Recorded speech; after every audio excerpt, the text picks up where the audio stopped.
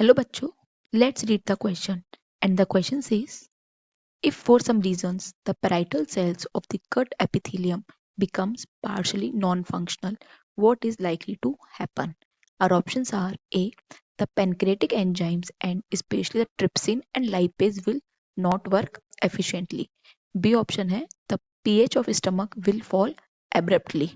C है trypsin will be more effective. And the fourth one is protein will not be adequately hydrolyzed by pepsin into proteases and peptones. ठीक है, अब देखिए basically इस question में क्या बोला गया है, इस क्वेश्चन में बोला है कि अगर जो पैराइटल सेल्स है वो नॉन फंक्शनल हो जाए, काम करना बंद कर दे तो क्या होगा।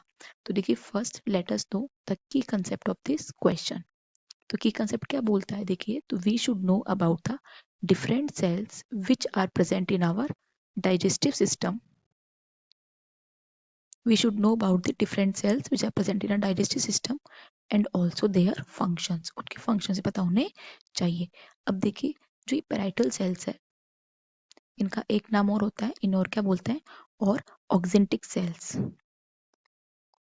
ठीक है, ये कहाँ प्रेजेंट होती है बेसिकली, ये बेसिकली किसमें होती है, दे प्रेजेंट इन द स्टमक। ठीक है, और देखिए स्टमक प्रेजेंट होती है और ये क्या करती है, तो ये सीक्रेट करती है क्या, HCl hydrochloric acid. Hydrochloric acid ये सीक्रेट करती है। ठीक है, अब ये एसिड क्या करता है, जो HCl है वो क्या करता है, तो वो जो इनएक्टिव, एक इनएक्टिव एंजाइम होता है जिसका नाम होता है पेप्सिनोजन, इस इनएक्टिव एंजाइम को एक्टिव पेप्सिन में कन्वर्ट करता है। अब पेप्सिनोजन किसमें बन गया है, पेप्सिन में कन्वर्ट हो गया है।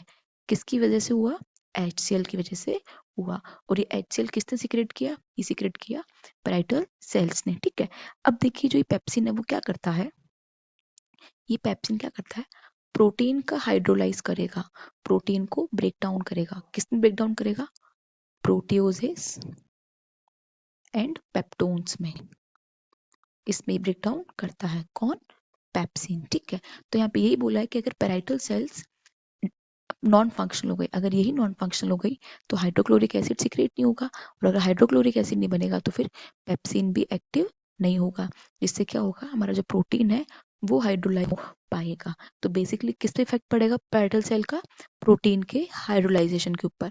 प्रोटीन जो है हाइड्रोलाइज नहीं हो पाएंगे प्रोटीज और प्रोटियोजेस और पेप्टोन्स में। तो देखिए यहाँ पे जो डी ऑप्शन क्या दे रखा है, protein will not be adequately hydrolysed bye pepsin into proteases and peptones. तो जो डी ऑप्शन होगा वो राइट आंसर हो जाएगा। Hope you understood it well, best of luck.